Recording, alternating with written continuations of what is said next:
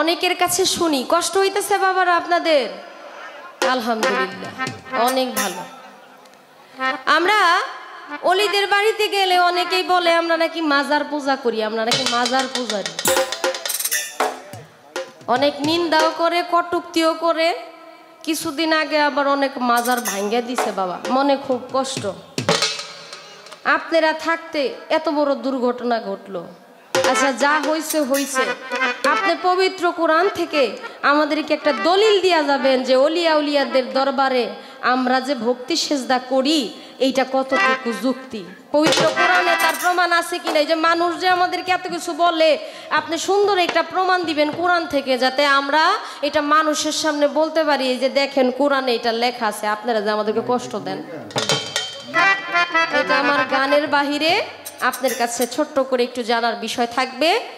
যেহেতু আমি মাইজ ভান্ডারীর ভক্ত, মাইজ ভান্ডার বায়াত নিয়েছি অনেক দিন ধরে, তা আসলে একটা মাইজ ভান্ডারী গান করি, সাথে আমাদের রহমান খাজা মঈনুদ্দিন চিশতির একটি দলিল আছে, দলিলটা তুমি পড়বা।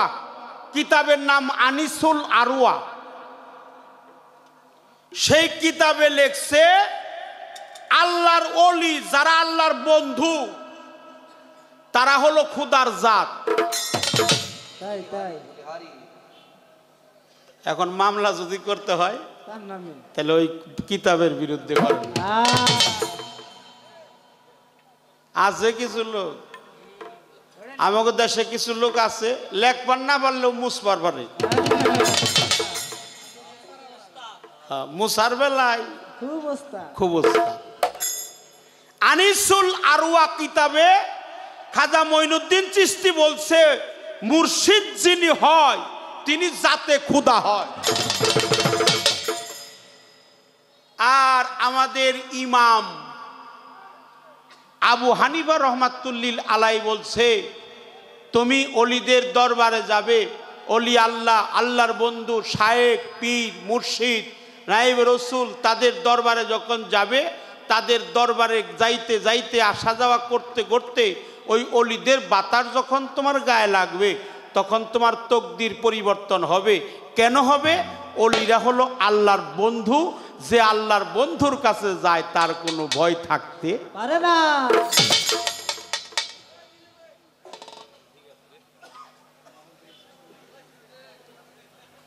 এখানে যাইতে হবে যারা মাজার ভাঙলো তাদেরকে আপনারা কিছু কর না, কিছু যে কমা কুলে তো হারিলে কি কমু কুলে হারিলে। এই জন্য জাগো যে অলিদের মাজার ভাঙছে 5 লক্ষ টাকাতে একটা মাজার বানাইছিল, এখন বাজেট হয়েছে 2 কোটি টাকা। দেহগা ঠকা কার হয়েছে। আমাদের ফসি বাবার মাজার ভাঙছে আল্লাহর ওলি আমাদের শালনা পোড়াবাড়ি কোনাবাড়ির কাছে। আপনারা যারা ফেসবুক চালান দেখছেন তো, ফসি বাবার মাজারে যখন লোহার বড় শিক দিয়ে ঘা দিছে সেখান থেকে রক্ত বের হয়ে গেছে।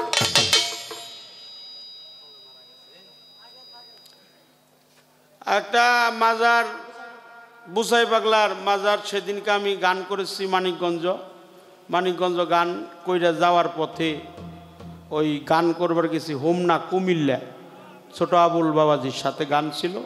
ওখানে দেখলাম মাজার ভাঙছে। তো যে মাজারটা ভাঙতে ভেকু নিয়েছিল সেই ভেকুটা নষ্ট হয়ে গেছে। আমি তাদেরকে কিছু বলবো না, তাদেরকে কিছু বইলা তো কুলি হারতাছি না। এই জন্য তোমারে কই এগুলাকে অন্যদিকে নিয়েন না। আল্লাহর ওলিরা একজন মুঘল সম্রাট ছিল, তার নাম ছিল আলমগীর বাদশাহ আলমগীর বলছিল যত মাজার আছে তত মাজার ভেঙে ফেলা হবে। 149টা মাজার ভাঙছিল। তার কারণ হলো মাজারে যায় বলছে আসসালামু আলাইকুম আহলাল কবর। মাজার আর কবর কি এক? মাজার উপরে কি মাজার হয়? প্রিয় নবীজি সকালে বলেন সাল্লাল্লাহু আলাইহি ওয়াসাল্লাম, আহমদ মুস্তাফা মোহাম্মদ মুস্তাফা কুল কায়নাতের নবী, সরদার দু আলম সরওয়ার কায়নাত কায়রে নামদার, রসুল মুকাররম নূরে মুজাসসাম, শামসুদ দুহা বাদ্দুজ্জা, নুরুল হুদা, সিরাজাম মুনিরা, তিনি আওয়ালে আখারে জাহেরে বাতনে, তিনি প্রিয় নবীজি। তার যে পবিত্র, ওটাকে মাজার বলা হয় না, ওটাকে বলা হয় কি? রওজা শরীফ। অর্থাৎ রওজা মানে হলো আলোকিত নূরের ঘর, মাজার মানে হলো আলোকিত ঘর, আর রওজা হলো নূরের ঘর। নবী আগেও ছিল, এখনো আছে। আল্লাহর ওলিদের হয় মাজার, আল্লাহর বন্ধুদের হয় মাজার। আর আমার মতো সাধারণ মানুষ, আমার মতো পাপী যারা, আমার মাজার হবে না, আমার হজ হবে হলো কবর। কবর মানে কি জানো? বদ্ধ ঘর, যে ঘরে কোনো আলো নাই, বিছানা নাই, জ্বালানোর কোনো বাতি নাই। আমার হয় কবর, আল্লাহর ওলির হয় মাজার, প্রিয় নবীজির হয় রওজা, ওটাকে রওজা মুবারক বলা হয়। সেই প্রিয় নবীজির রওজা মুবারকও ভাঙার জন্য গিয়েছিল একদল লোক। তারা গিয়েছিল দুপুর বেলায়, আল্লাহর কুদরতি শক্তি পাওয়ারের জোরে দিন আর দিন থাকে নাই, চতুর্দিকে অন্ধকারে ঘনিয়ে আন্ধারে পরিণত হয়ে গেছে। এটা সুবহানাল্লাহ কর। সুবহানাল্লাহ। এই জন্য আমার রসুল পাকের রওজাটা ভাঙতে পারে না। বাদশাহ আলমগীর গেছে, জায়েজ মাজারে কয় আসসালামু আলাইকুম হালাল কবর। আরে কবর, ওটা হলো কবরের সালাম দেওয়া, ওটা সঠিক আছে। তুমি কবরের পাশে যাও, কবর পাশ দিয়ে যখন যাবে বলবে আসসালামু আলাইকুম ইয়া হালাল কবর, অর্থাৎ হে কবরবাসী, তোমাদের প্রতি আল্লাহর রহমত বর্ষিত। কিন্তু অলির দরবারে তা বলতে পারবা না, ওটা হলো কবরবাসী, অলিরা হলো জিন্দা, অলিরাও জিন্দা, অলিরা মারা যায় না, ওরা চিরঞ্জীবী। বলতে হবে আসসালামু আলাইকুম ইয়া আল্লাহর অলি, ঠিক কিনা?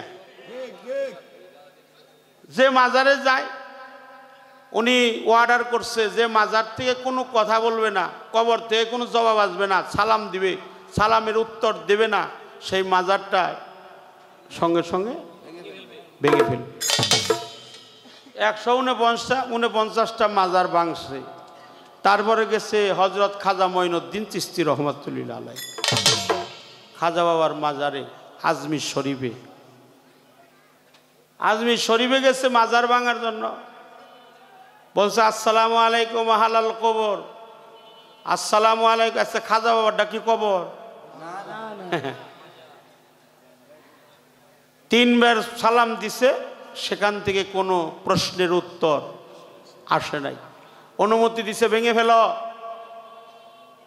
তিনবার বলার পরে যখন অর্ডার করছে বাদশাহ আলমগীর ভেঙে ফেলার জন্য, তখন একটা গায়েবী শব্দ আইছে, হে আলমগীর,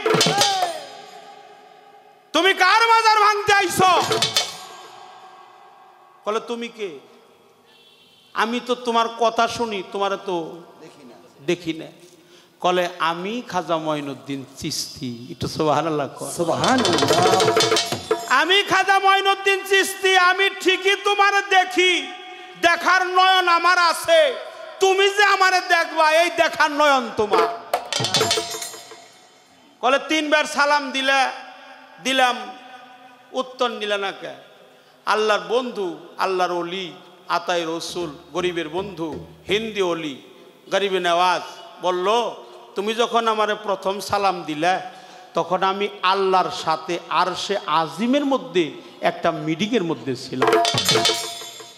সুবহানাল্লাহ, সুবহানাল্লাহ।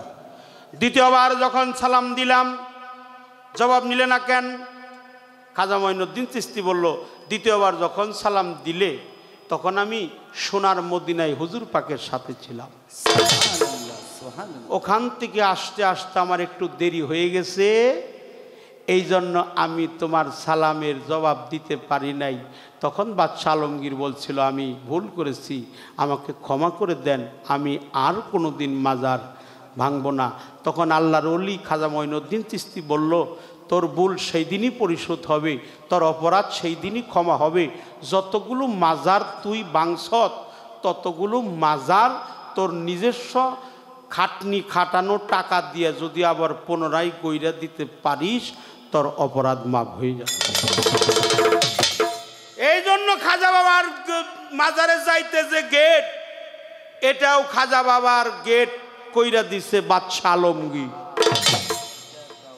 একটা ডেক দিছে যেখানে 120 মণ চাউল একবারে দিয়ে তবরক পাক করে যায়, সেটাও দান করছে বাদশাহ আলমগীর। তাই মা, যারা মাজার ভাঙছে, মা ভাঙ্গুক, আল্লাহর ওলিরা কাউরে গালিও দেয় নাই, দিছে গালি, প্রতিবাদ করে নাই, মায়ের খাইছে, কাউরে মারে নাই, কেউ মায়ের দিতে আইলে প্রতিরোধ করছে বাঁচার জন্য, কিন্তু প্রতিশোধ নাই। আল্লাহর ওলিরা প্রতিশোধ নেয় না। যারা ভাঙে ভাঙুক, আবার গড়ে উঠবে আল্লাহর রহমতে, আল্লাহর খাস রহমতে গড়ে উঠবে। তাই সেই প্রত্যাশাই বলতে চাই, আমাদেরকে মাজার পূজারি বলা হয় বলুক, পীর পূজারি বলা হয় বলুক, তাতেও দুঃখ নাই। আমরা পীর পূজা করি না, পীরের ভজন সাধন করি, মাজার পূজা করি না, মাজার জিয়ারত করি। খারাপ বলছি? অপরাধ হলে মাফ করবেন। এই কথাগুলো এই জন্য বললাম, ও যে একটা কথা কইছে, প্রশ্ন অনেক ভালো করছে, এই জন্য ধন্যবাদ জানাই।